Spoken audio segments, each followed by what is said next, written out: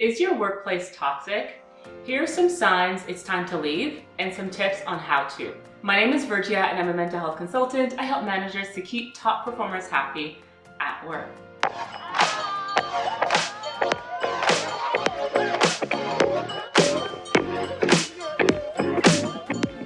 Let's face it, nobody wants to feel unvalued, stressed, feeling like they don't belong. So before we dive into the solutions, let's see what the signs are. There's some signs that we should not ignore if we notice it within the workplace. The first sign is gossip and negativity. Is there backstabbing, talking behind people's back, really just an atmosphere that you feel like, oh my gosh, like, do people actually talk like this behind people's back? So important not to ignore that, because if you're noticing that negativity with others, chances are it will be directed to you as well. The second sign is micromanagement. Do you feel like there's a helicopter over you, or there's this constant monitoring? This is not a good sign. This micromanagement can really rob from autonomy, and it can erode the trust within the environment. Another sign is unrealistic workloads. It's so important to manage your expectations around that. If you're noticing that the work keeps on piling up and there's no way that you can manage this, and you're noticing that even experienced workers are feeling the same, that could be a sign that you shouldn't ignore as well. The next one is bullying. What does the power dynamic look like around the office? How do they talk to each other? What are the jokes like? All these things, be observant, because if there's bullying, oftentimes there's a backstory of harassment. Dig a little bit deeper to see what makes it okay for someone to speak to someone in that way or use their power in an unhelpful way. Another sign is, what does the work-life balance look like? So important, because you're entering a culture. So if you notice there's hardly any workplace balance, or the company's saying one thing, but then the action's very different, be sure that this might happen to you, that you might slip in a lot of the same patterns that other people are. Obviously, there's other signs to look out for, but I believe these ones are early warning signs that can help us decide. As you're listening to these signs, you might say, this really sounds familiar, but it's time to take action. So what can we do? One, we can begin to assess the environment. Be a great detective, because before you can change the environment, before you can do anything, you need to understand what's up, what's going on. So take time to just observe and see what the culture is and who's doing what. Number two, document everything. Document inappropriate conversations, different things that just do not feel right. If you'd like to know how to document, especially when you are experiencing bullying or harassment, I actually do have another video on YouTube, and it's how to stop bullying in its tracks. And it really goes in and it breaks down what you need to have when it comes to that record. Number three, stay aligned with your own values and expectations. If you go in just changing and really not being mindful of who you are and what your values are, what are your priorities, what's important to you, a lot of times you'll just kind of wave like the wind.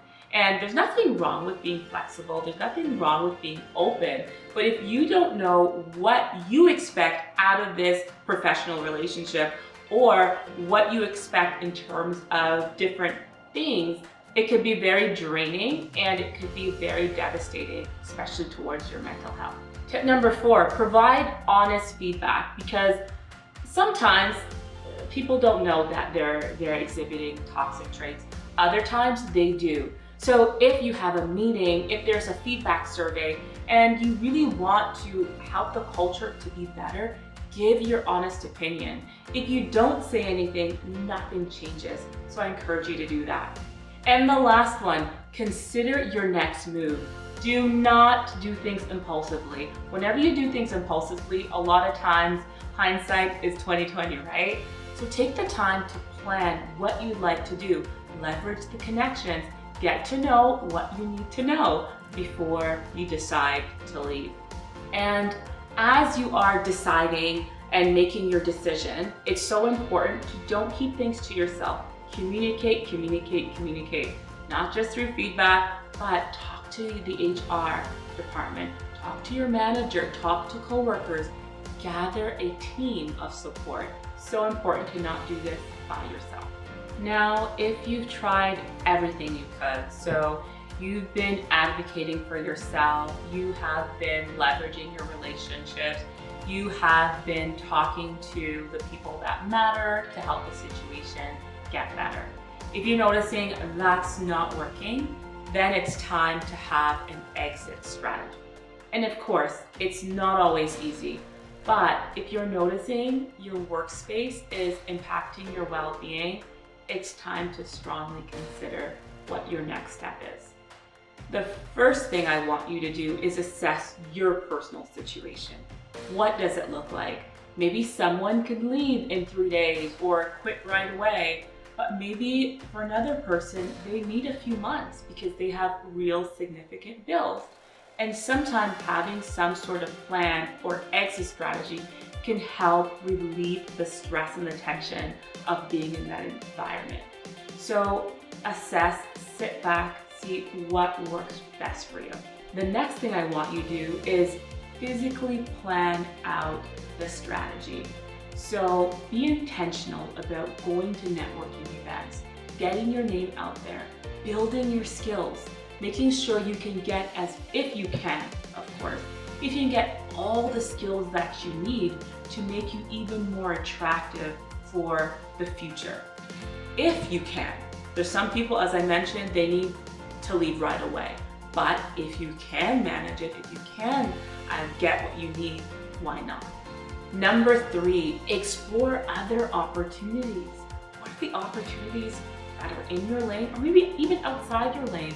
Sometimes you never know by trying a different job or a different type of work how it can actually make you really appreciate the job or the career choice you had, or it can make you decide, whoa, this is not what I want to do. So don't be afraid to explore different opportunities and look at it as a learning opportunities and a stepping stone in the journey of life. And then I want you to always take care of yourself. Prioritize your self-care. Leaving or being in a toxic environment can be very stressful and very anxiety-provoking. So what are you doing to make yourself feel better? Are you still hanging out with people that you care about? Are you doing activities that you love? Are you isolating? These are important things to be mindful of. So let's say that I'm trying to take care of myself, I'm talking to friends, family, it's still not working. Maybe then it's time to go for external support.